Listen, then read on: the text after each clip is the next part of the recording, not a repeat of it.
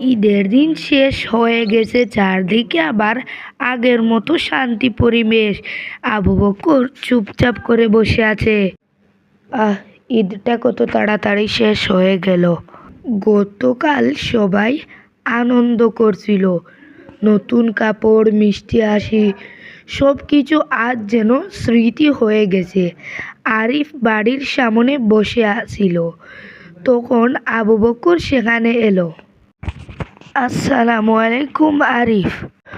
ওয়ালাইকুম আসসালাম ভাই, কেমন আছো আবু বকর? আলহামদুলিল্লাহ ভাই, ভালো আছি। তুমি এত চুপচাপ কেন, কি হয়েছে? জানি না ভাই, ঈদটা শেষ হয়ে গেল, এখন আবার আগের মতো সব হয়ে যাবে।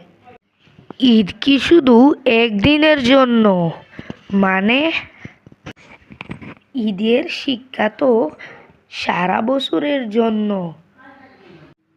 কি শিক্ষা ভাই আবু বক্কর? মানুষের পাশে দাঁড়ানো, দান করা, নামাজ পড়া, এগুলো কি শুধু ঈদের দিনেই করব? আরিফ একটু চিন্তা করলো। ঠিক তখনই তারা দেখলো রাস্তার পাশে এক বৃদ্ধ মানুষ বসে আছেন।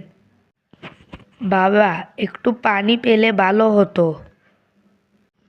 আরিফ দৌড়ে গিয়ে বলল, আমি এখনই নিয়ে আসছি।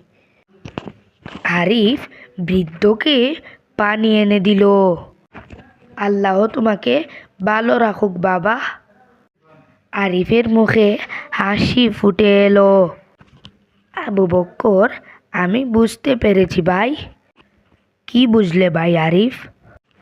ঈদের দিন শেষ হলেও ভালো কাজ শেষ হয় না। ঠিক বলেছ। সেই দিন আরিফ শিখল, ঈদ শুধু একদিনের আনন্দ না, ঈদ হলো সারা জীবনের ভালো কাজের শুরু। প্রিয় বন্ধুরা, ঈদ শেষ হলে আমরা যেন ভালো কাজ চালিয়ে যাই। আল্লাহ আমাদের সবাইকে ভালো কাজ করার তৌফিক দান করুন। সবাই ভালো থাকেন। তো বন্ধুরা, আজকের আমাদের এই ভিডিওটি ভালো লাগলে লাইক, সাবস্ক্রাইব করবেন এবং সুন্দর একটি কমেন্ট করে যাবেন। আল্লাহ হাফিজ।